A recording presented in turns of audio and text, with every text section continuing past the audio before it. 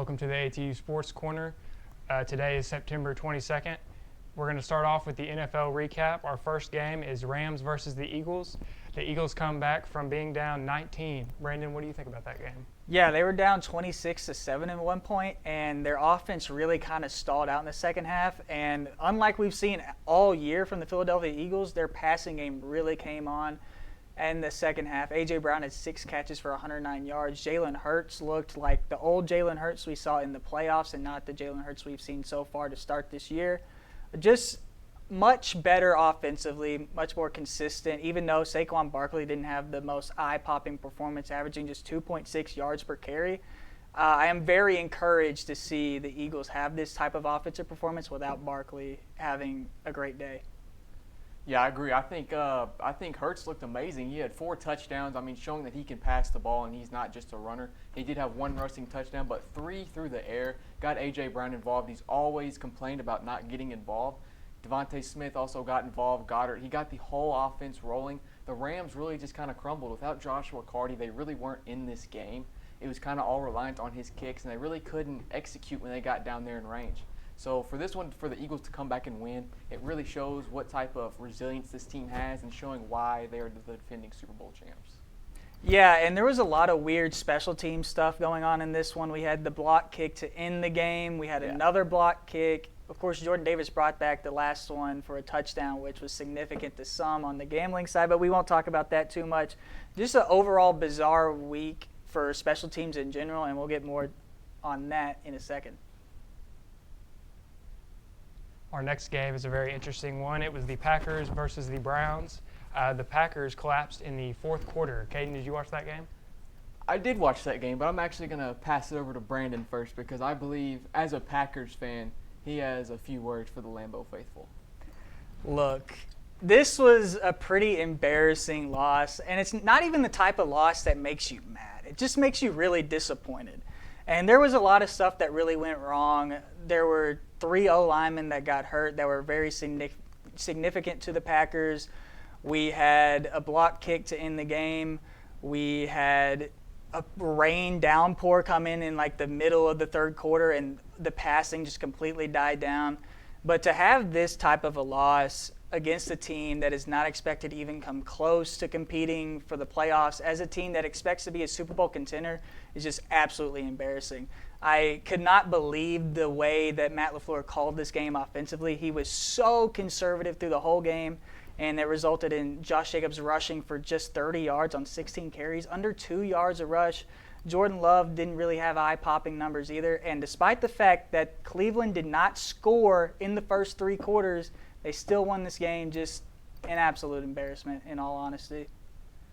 This game looked like it could have been shown on PBS Kids for how embarrassing it was. Both teams just looked like they aren't meant to be in the NFL. Quinshon Judkins was the only player in this game, in my opinion, that looked like he was meant to be out there. Joe Flacco didn't play good, neither did Jordan Love. Jordan Love was the MVP favorite. He was looking like a top quarterback. He was up there in the mix, that's for sure. People were talking about how Jordan Love and the Packers were a team to make a push. But then you drop an egg. You lay an egg to the Cleveland Browns, of all people. I bet they weren't even in that locker room before the game thinking they were going to win. Then they won the game. I bet they were more surprised than the Browns. So for the Packers to lose this one, as long as I think you get recouped for next week and just keep pushing forward, this loss won't hurt too much.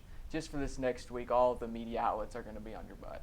And I think one thing that doesn't make me too terribly concerned about this loss is that this has somehow become some sort of a theme with Matt LaFleur teams in Green Bay, where there's like one really bizarre loss every year. Last year was against Tommy DeVito and the Giants in prime time. That was absolutely embarrassing. And now at least we got our bad loss for this year out of the way early, I guess.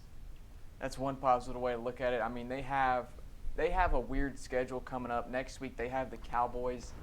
We've seen what that defense can do. Not much. In a good way. So knowing what that defense can do, I'm expecting Jordan Love to put up at least 4 passing touchdowns next week, accompanied with 300 passing yards, and Josh Jacobs to tear it up on the ground, and the Packers will get right back on track. Our last game that we're going to preview this week is the Jets versus the Buccaneers. I'm being told it has a wild ending. So, Brandon, can you tell me about that? Yeah, once again, just crazy special teams. There was a block kick that was taken back for a touchdown that made it look like the Jets were going to come out with a win in this one, and then Baker Mayfield took his guys all the way down the field into field goal range with Mike Evans out with a leg injury. I'm not sure whether that injury will be long term, but if it is, I'm very concerned for the Buccaneers offense. Their offense really already hasn't been what you would expect from them with Godwin and Wirfs both out. And if Evans is out as well, I worry about the type of explosiveness they can have with Emeka Egbuka being really the only reliable option on the outside. Yeah, this game, it was controlled by Emeka Egbuka making 2 big catches late in the game. You know, the announcers were saying that Egbuka wasn't doing much, and he made a crazy one-handed catch. And then he made some other great plays that just shows that he's a proven wide receiver already in this league. And then the Oklahoma connection between Baker and Sterling Shepard came to play. Also, Bucky Irving and Rachaad White doing it on the ground for him. I think they have enough weapons to hold off potentially and get through these next couple games until they get Mike Evans and Chris Godwin back. This is a team with Baker. They're always going to persevere. The defense is always going to be top tier. They're always going to play to the best of their ability. But giving up this many points to the Jets is a little concerning, especially with Tyrod Taylor leading the way. Breece Hall really didn't even have a flashy week, but Garrett Wilson showed his value. But for the Bucs to get out of this one with a blocked kick, McLaughlin got blocked, returned for a touchdown. McLaughlin came back out and then drilled a field goal for the game. Good sign for the Bucs, and they improve and stay undefeated. Good sign, especially because Caleb McLaughlin had a really rough start to the year. He was incredible last year, but in week 1 he missed a field goal and an extra point. In week 2 he missed just a field goal. But to see that type of big-time kick from him after such a big struggle early means that we're probably moving in a good direction with him. He had 17 of their points this week, 5 for 6 on field goals. The one that was missed was the block. For him to go 5 for 5 besides that is a bright sign, and I think this Bucs team is going to be hard to reckon with this season. That'll be it for our NFL preview. We're now going to move on to our Monday Night Football. Today we have the Lions versus the Ravens at 7. Caden, what do you think about that game going on? I kind of have a hot take for this one. You know, the Ravens are 4.5-point favorites. You know, it's kind of controversial because this team is obviously better in my opinion, but I'm actually going to take the Lions to upset this one. The Lions offense has struggled to get going, or at least they did in week 1. Week 2, they came and showed out against the Ben Johnson's Bears because, I mean, that was a little bit of a revenge game for Dan Campbell, just showing that his old coordinator isn't better than him. And this Lions team still looks like they can compete. I still think they're a top-tier team. Maybe they can get it going this week. They still have brand-new coordinators. They're still working out some of the kinks. But this Ravens team, it's going to be hard to do it against. But we all know if the Ravens get a lead, they're going to give it up. Yeah, this is, like you said, the Ravens, they had that week 1 lead where they were obviously the better team at Buffalo for 3.5 quarters, and then they absolutely collapsed at the end. Derrick Henry had that fumble. And on that note, I do think that is the swing factor in this game is Lamar's weapons. I fully believe in Lamar and his capabilities, but Derrick Henry didn't look great last week after having that fumble late in week 1. Zay Flowers has never really been super consistent. He is a very good receiver, but he hasn't ever been that pure, clear number 1 top dog. DeAndre Hopkins, I don't think really has the juice left in him to really relieve him much of that duty. But I am going to take the Ravens, and I do think that those weapons, especially Zay Flowers, will be good enough to get the job done against this Lions team that they also had a really rough week 1 where they just got absolutely obliterated by the Packers, and they had a much better week 2 where they absolutely dominated. In fact, really even ran up the score with a lot of Amon-Ra St. Brown touchdowns late, which really hurt me in fantasy. But that's besides the point.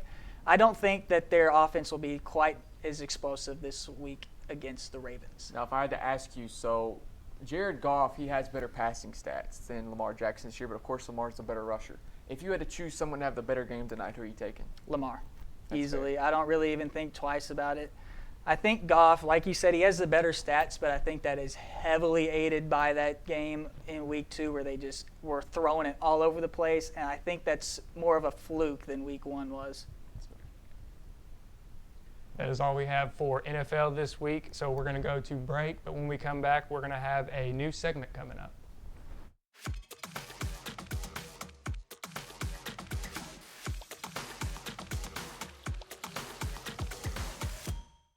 Every 36 seconds, a vehicle is stolen in the United States. Cars are an important investment, and you have the power to protect it.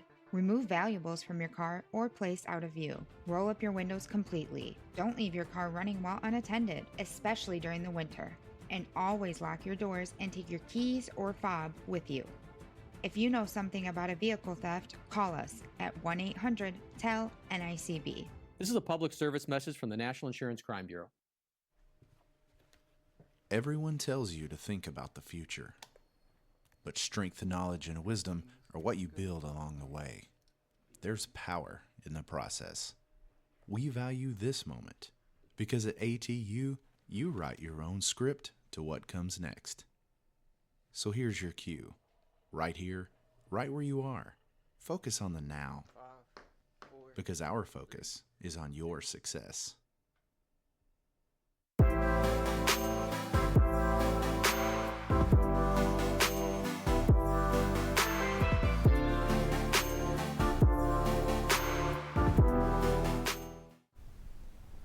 We're now going to move on to the college section, and we're going to start off with a new segment called College Football Pick'em, and I'm going to let Brandon explain that for us. Yeah, for sure. So what we're doing this year is me and Caden will be facing off in a pick'em every week where we pick the 3 biggest games of the weekend, and then we will also pick one team that is a major underdog. They are more than 6 points on the underdog, and that will be worth 2 points.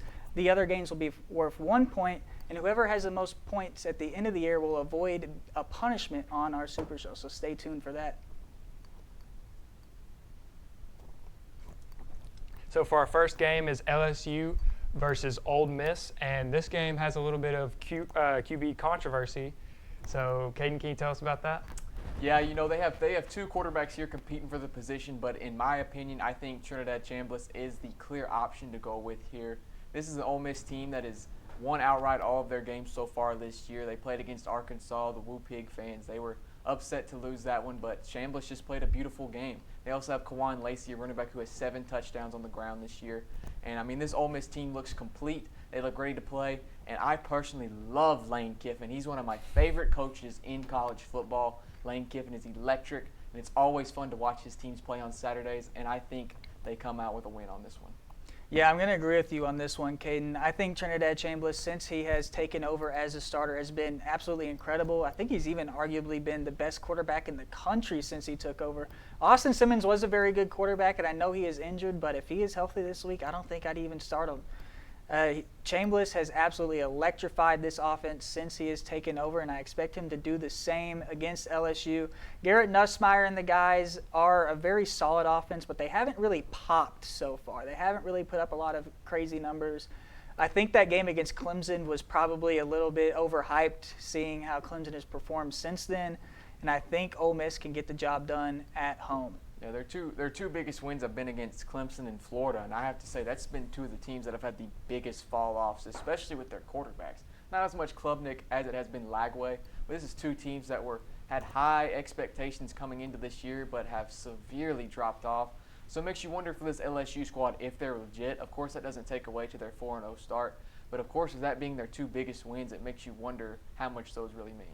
Yeah, and I think the SEC this year is a lot more wide open than we're traditionally seeing. In fact, I actually think that was the case last year as well. I think maybe this new transfer portal era and also the additions of Texas and Oklahoma have really made the conference a lot more even and a lot more exciting, to be honest, because it feels like there's 6, 7 teams that could win every single year. And I think that's just a lot more fun than it being Alabama, Georgia, and then occasionally LSU. So for our next game, Alabama versus Georgia, but the real question is, can Alabama beat Georgia again? I don't think so. I think this Alabama team is better than they showed in week 1 against Florida State. I think this defense that they have is absolutely incredible, one of the better defenses in the nation.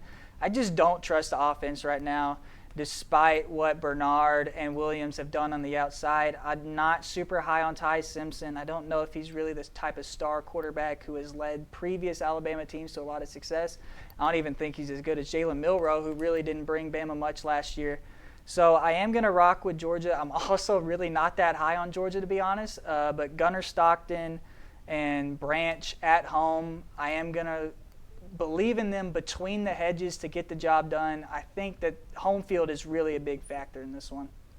This is a battle of two teams, in my opinion, with stud wide receivers. Zachariah Branch going against Ryan Williams. Of course, Bernard has been great also. I'm going to hit you with a little bit of a Lee Corso here. Not so fast, my friend.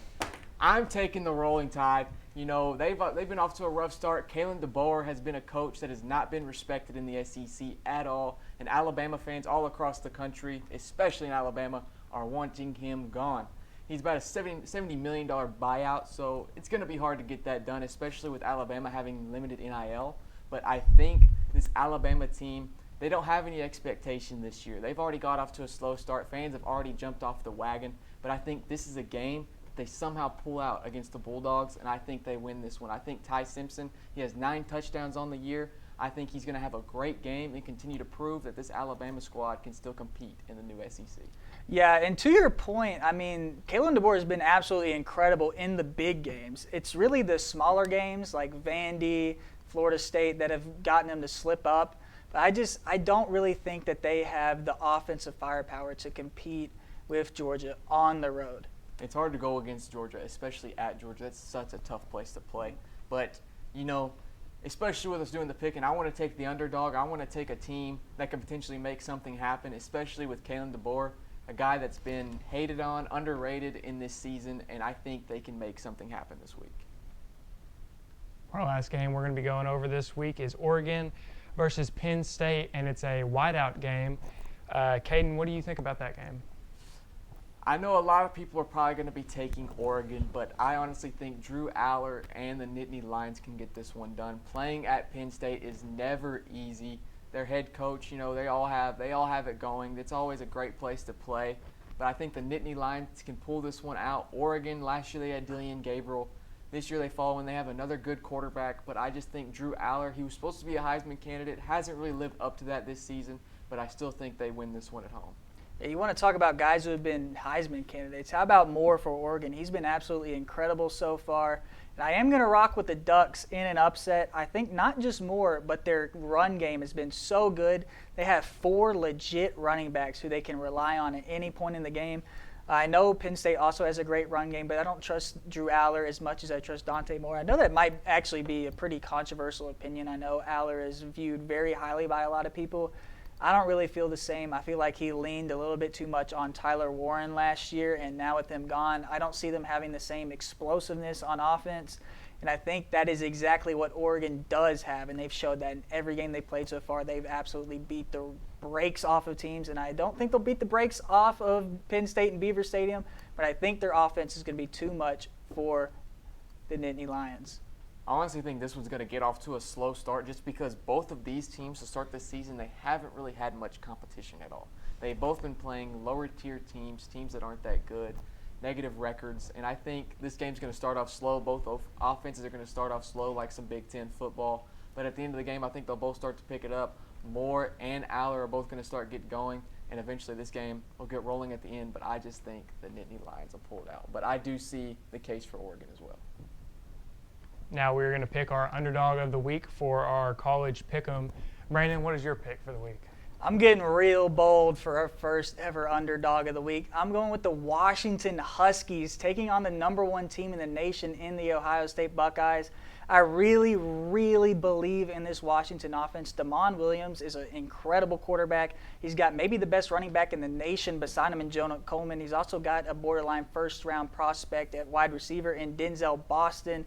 These dudes are going to light it up on offense, and they also have a solid defense. They have a star cornerback, Takario Davis, who I think can slow down Jeremiah Smith just enough because I don't think this Ohio State offense has been terribly impressive so far.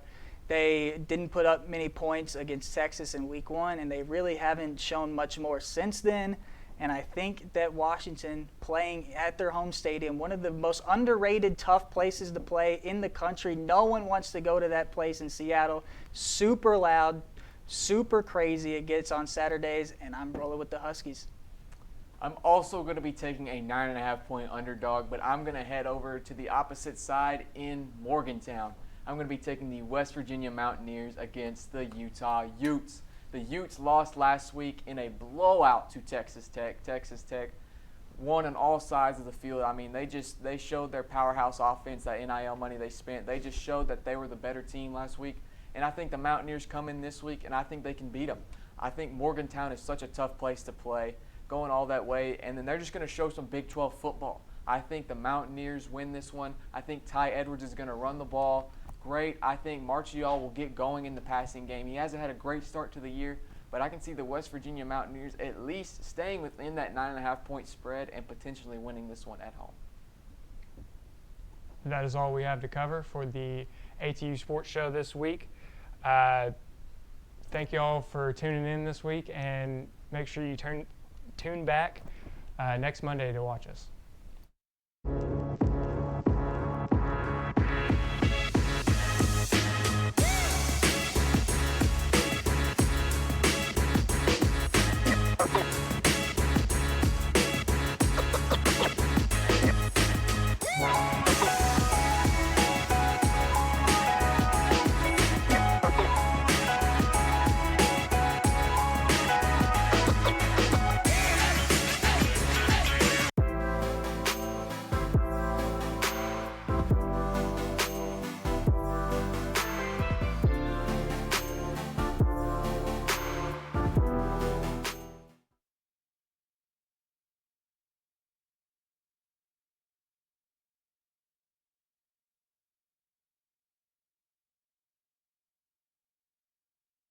you